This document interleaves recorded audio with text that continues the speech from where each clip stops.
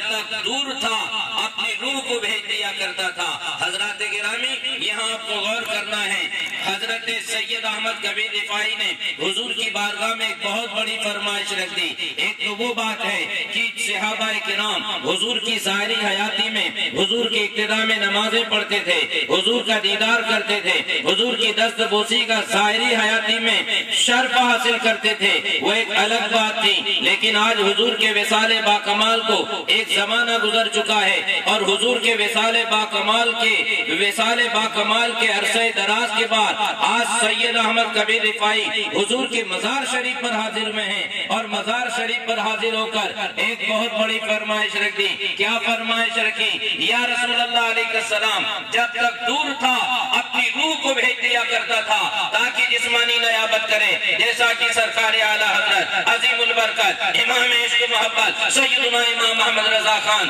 علیہ الرحمت والرضوان بیٹے ہیں بریلی شریف کی چٹائی پر، یاد مدینہ میں تڑپتے ہیں تو ان کی زبان پر یہ الفاظ نکلتے ہیں، جان و دل ہوش و خرد سب تو مدینے پہنچے، تم نہیں چلتے رضا سارا تو سامان گیا۔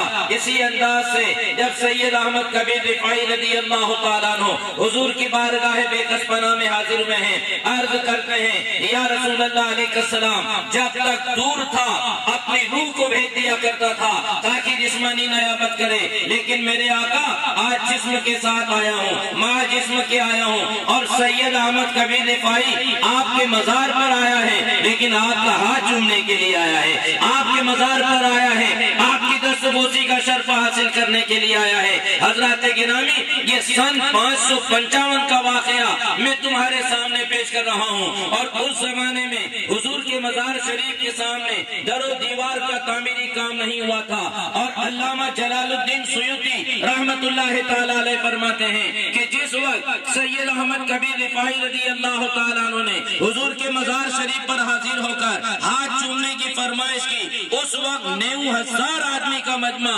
حضور کے روزے کے سامنے موجود تھا۔ اچھا 90,000 میں کون ہے؟ بڑے بڑے اولیاء کرام ہیں، بڑے بڑے عارفین ہیں، بڑے بڑے کاملین ہیں، بڑے بڑے عاشقین ہیں، اور حضور کے روزے پر 90,000 کے مجمع میں سرکار بغداد سیدنا غوث پاک حضرت سید عبد القادر جیلانی رضی اللہ تعالیٰ عنہ بھی جلوہ افروز ہیں۔ غوث پاک کی دعائیں اپنا کام کر رہی ہیں، عارفین کا عرفان اپنا کام کر رہا ہے، عاشقین کا عشق رسول اپنا کام کر رہا ہے، سید احمد کبیر رفاعی کا سوزش دل اپنا کام کر رہا ہے، سرکار ابد قرار صلی اللہ علیہ وسلم کی نگاہ رحمت اپنا کام کر رہی ہے۔ 90,000 کا مجمع ماتھے کی نگاہوں سے دیکھتا ہے کہ جب سید احمد کبیر رفاعی رضی اللہ تعالیٰ عنہ نے حضور کی درگاہ شریف پر آ کر ہاتھ چومنے کی فرمائش کی، کیا دیکھا گیا کہ تربت نور کھولتی ہے، دست نبوت باہر تشریف لاتا ہے، سید احمد کبیر رفاعی حضور کا ہاتھ چومتے ہیں اور 90,000 کو دیدار کا موقع ملتا ہے۔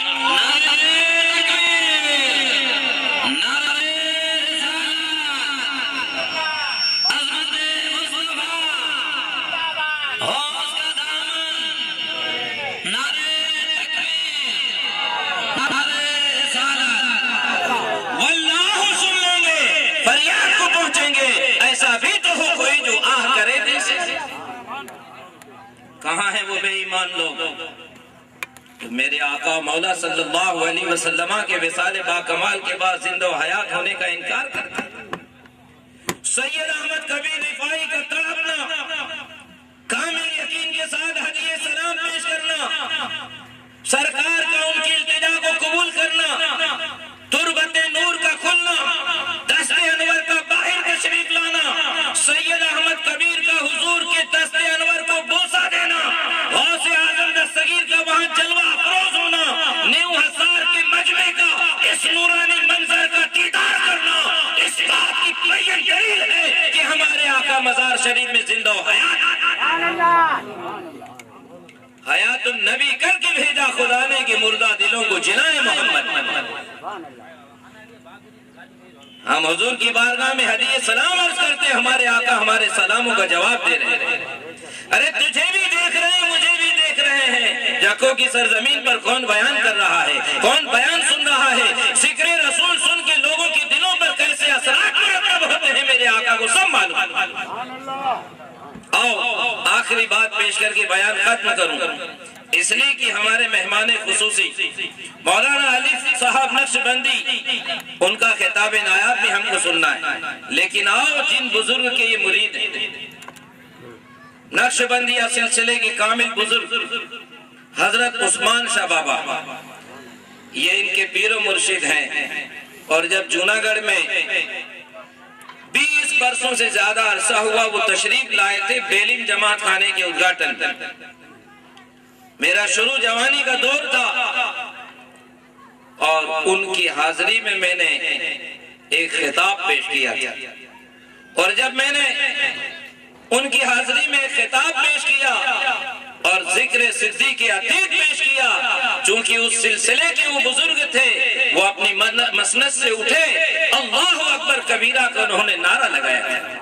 چاہوں گا کہ آج اپنے اسلاف کی دعائیں جن تقریروں میں ہمیں ملی ہیں وہ آخری بات پیش کر کے اپنی تقریر کی تکمیل کروں، انشاءاللہ آئندہ پھر تفصیلات کے ساتھ گفتگو کا شرف حاصل ہوگا۔ لیکن جس مقصد بیان کو لے کر میں آپ کے سامنے حاضر ہوا، نبی مختار شہنشاہ عالی وقار صلی اللہ علیہ وسلم کے دربار نور انبار کی حاضری کے فیضان سے متعلق چند باتیں پیش کی، آخری بات اور سماعت کیجئے، درود شریف پڑھیے۔ اللہم صلی علی مولانا محمد سیدنا مولانا محمد وآلہ وآصحابہ وبارک وسلم، صلاۃ و سلام علیکہ یا رسول اللہ صلی اللہ علیہ وسلم۔ تمام عاشقوں کے سردار کون ہیں؟ عاشق اور دشمن دونوں کو جاننا چاہیے۔ ساری دنیا میں حضور کا سب سے بڑا دشمن کون؟ ابو جہل، وڈو دشمن کے ابو جہل، مجھے کچھی نہیں آتی ہے۔ اور حضور کے سب سے بڑے عاشق کون؟ سیدنا ابا بکر صدیق رضی اللہ تعالی۔ کیسے عاشق؟ سفر میں حضور کے ساتھ، ہجرت میں پروانہ وار حضور کے ساتھ، غار میں جان نثارہ انداز میں حضور کے ساتھ، اقتداء میں حضور کے ساتھ، اتباع میں حضور کے ساتھ، تصور میں حضور کے ساتھ، تخیل میں حضور کے ساتھ، اور آج گنبد خضرا میں مدینہ شریف میں صدیق حضور کے ساتھ، کل پل صراط پر صدیق حضور کے ساتھ، جنت میں صدیق حضور کے ساتھ، حوض کوثر پر صدیق حضور کے ساتھ۔ یہ اختیارات مصطفیٰ ہیں، سرکار جسے چاہیں جنت میں اپنا ساتھی بنا لیں۔ سرکار ارشاد فرماتے ہیں الصدیق رفیق فی الجنہ، الفاروق رفیق فی الجنہ، عثمان رفیق فی الجنہ، العلی رفیق فی الجنہ۔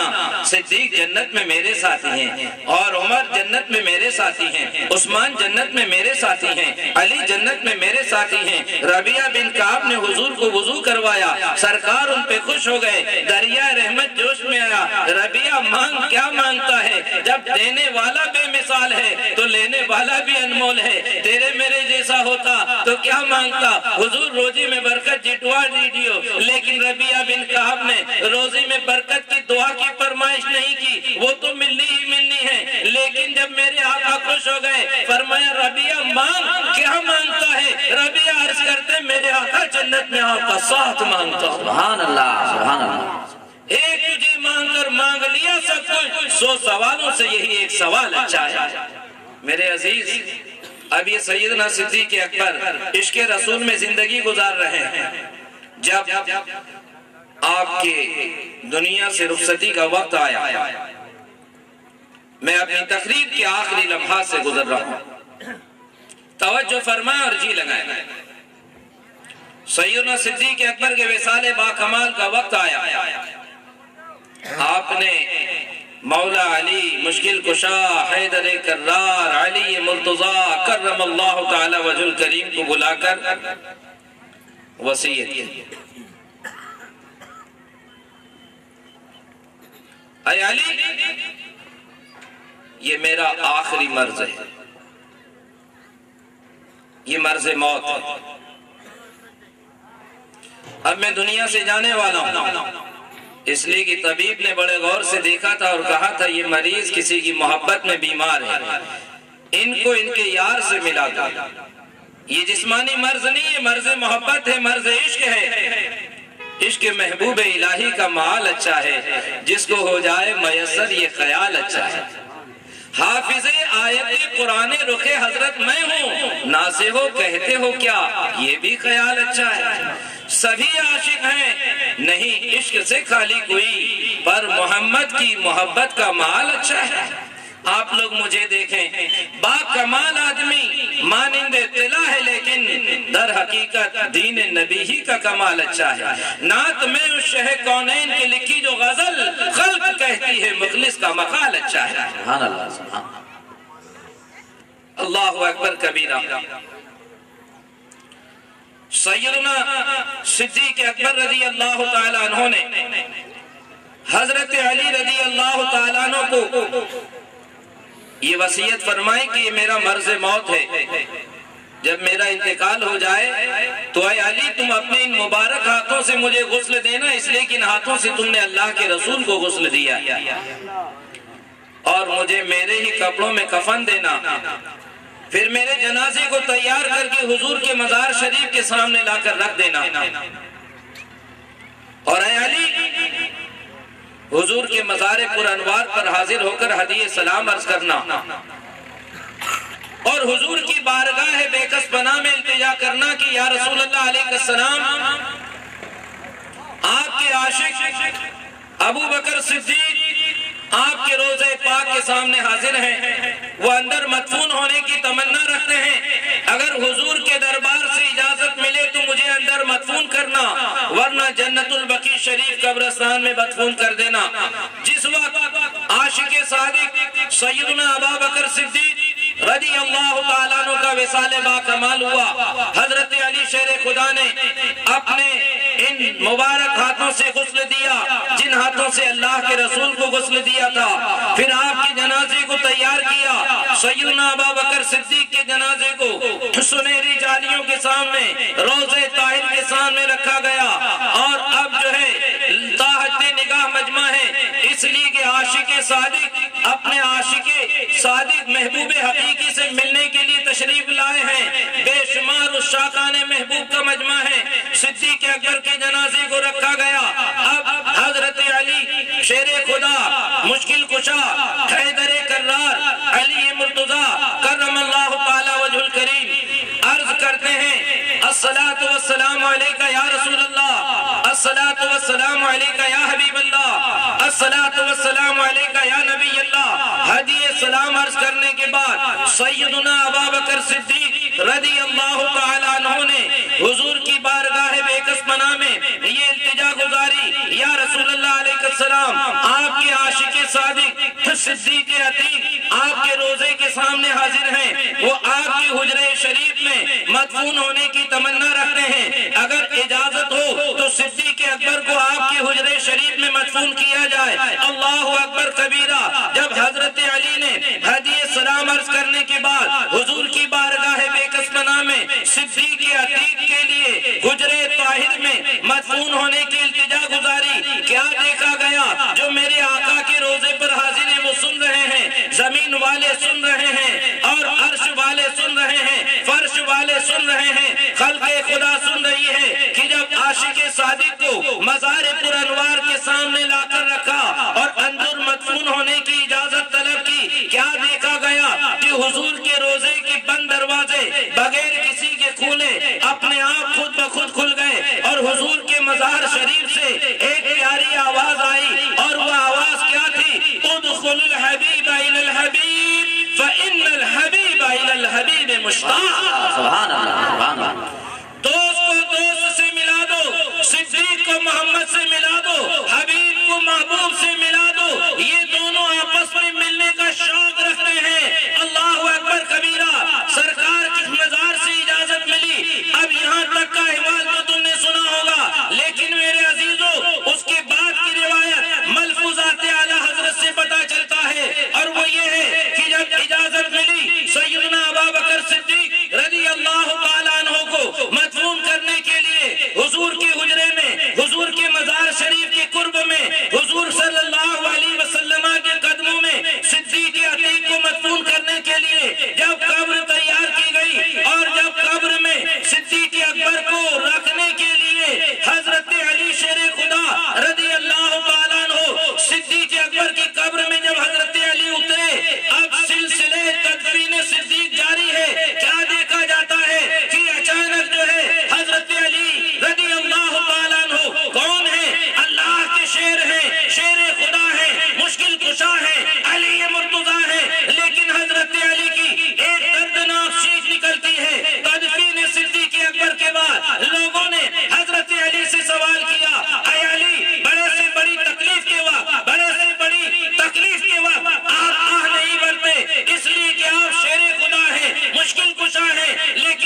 کیا دیکھا کہ جب آپ عاشق رسول سیدنا صدیق اکبر کو مزار شریف میں مدفون کرنے کے لیے اترے تھے، اس وقت آپ کی ایک دردناک چیخ نکل گئی تھی۔ چیخ کے نکلنے کی وجہ کیا تھی؟ اللہ اکبر کبیرہ۔ جب حضرت علی سے سوال کیا گیا، حضرت علی کے لب ہلے، جواب یہ ملا، اے لوگوں، جب عاشق صادق صدیق اکبر کو حضور کے حجرے میں، حضور کے مزار شریف کے قریب میں مدفون کرنے کے لیے اترا ہوں، میری نگاہوں نے کیا دیکھا کہ اللہ کے پیارے حبیب، درد دل کے طبیب، دانائے کل غیور، سیدنا و مولانا محمد الرسول اللہ صلی اللہ علیہ وسلم اپنے مزار شریف سے اٹھتے ہیں، صدیق اکبر کے مزار میں میرے آقا تشریف لاتے ہیں، سرانے کے حصے میں کھڑے ہوتے ہیں اور حضور صدیق اکبر کی قبر میں سرانے کے حصے میں کھڑے ہو کر دو ہاتھ اٹھا کر دعا کرتے ہیں، الہ العالمین میرے اس شہید کے صدیق کے صدقے میں میری امت کے گنہگاروں کی بخشش فرما دے۔ سبحان اللہ، سبحان اللہ، سبحان اللہ۔ پتہ یہ چلا میرے آقا مزار میں زندہ اور حیات۔ ادھر سید احمد کبیر رفاعی کے لیے دست انور باہر نکال کر اپنے زندہ ہونے کا ثبوت دے رہے ہیں، ادھر اپنے مزار سے تشریف لا کر صدیق اکبر کی قبر میں کھڑے ہو کر اپنے عتیق کے صدقے میں اپنی امت کے گنہگاروں کے لیے بخشش اور مغفرت کی دعا کر کے اپنے زندہ ہونے کا ثبوت دے رہے ہیں۔